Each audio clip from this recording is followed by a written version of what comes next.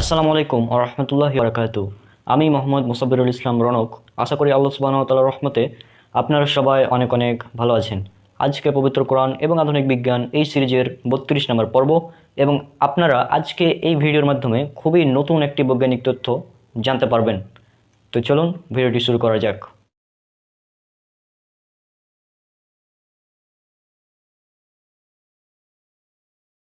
আমরা জানি বাতাসে অনেকগুলো উপাদান রয়েছে। তার মধ্যে একটি উপাদান হচ্ছে নাইট্রোজেন। আর এই নাইট্রোজেন বাতাসে সবচেয়ে বেশি পরিমাণে রয়েছে, 78%, 78% নাইট্রোজেন।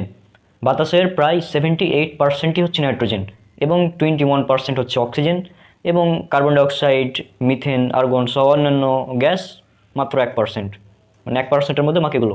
আর এই নাইট্রোজেন, যে নাইট্রোজেন বাতাসে সবচেয়ে বেশি পরিমাণে রয়েছে, এই নাইট্রোজেন যখন বৃষ্টির পানির সাথে মিশে মাটিতে পতিত হয় তখন মাটি উর্বর হয়।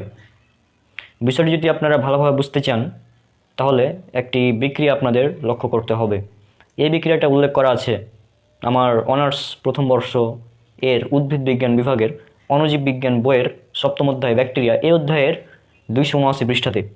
এখানে নাইট্রোজেন সংবন্ধন যেখানে আলোচনা করা হয়েছে সেখানে উল্লেখ করা আছে। এখানে উল্লেখ করা হয়েছে বজ্রবিদ্যুৎ সহ বৃষ্টিপাতের সময় বায়ুমণ্ডলে নাইট্রোজেন অক্সিজেনের সাথে যুক্ত হয়ে নাইট্রিক অক্সাইড সৃষ্টি করে। নাইট্রিক অক্সাইড পরবর্তী পর্যায়ে অক্সিজেনের সাথে যুক্ত হয়ে নাইট্রোজেন ডাইঅক্সাইড প্রস্তুত করে। এরপর নাইট্রোজেন ডাইঅক্সাইড বৃষ্টির পানির সাথে মিশে নাইট্রিক ও নাইট্রাস অ্যাসিডে পরিণত হয়ে মৃত্তিকায় পতিত হয়।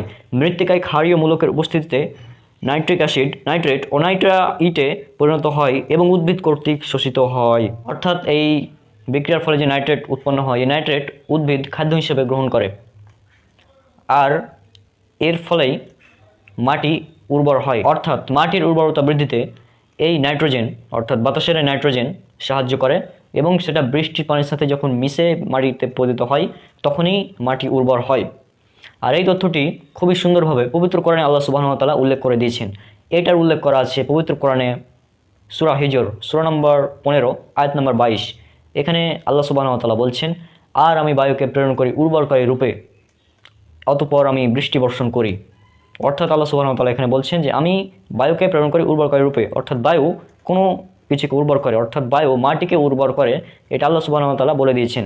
আল্লাহ সুবহানাহু ওয়া তাআলা বায়ুকে প্রেরণ করেন, তারপর বৃষ্টি বর্ষণ করেন, ফলেই মাটি উর্বর হয়। আর বিজ্ঞানের কল্যাণে আজ আমরা জানি যে নাইট্রোজেন, এই যে নাইট্রোজেন রয়েছে, এই নাইট্রোজেন যখন বৃষ্টির পানির সাথে মিশে মাটিতে পতিত হয় তখনই মাটির উর্বরতা বৃদ্ধি পায়। তাহলে একবার চিন্তা করুন, আজ থেকে 1400 বছর আগে একটি গ্রন্থে এই তথ্য বলা কিভাবে সম্ভব? এটা তখনই সম্ভব যখন এই গ্রন্থ নাজিল করা হয়েছে একমাত্র সৃষ্টিকর্তা আল্লাহ সুবহানাহু ওয়া তাআলার পক্ষ থেকে।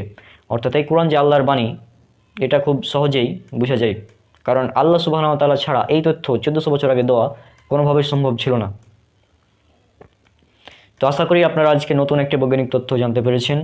ইনশাল্লাহ ভবিষ্যতে অন্য কোনো ভিডিও নিয়ে কথা হবে, অন্য কোনো বিষয় নিয়ে আলোচনা হবে। ততক্ষণ পর্যন্ত আল্লাহ সুবহানাহু ওয়া তাআলা সবাইকে শান্তিতে রাখুন, আর সবাই আমার জন্য অনেক অনেক দোয়া করবেন। আসসালামু আলাইকুম ওয়া রাহমাতুল্লাহি ওয়া বারাকাতুহু।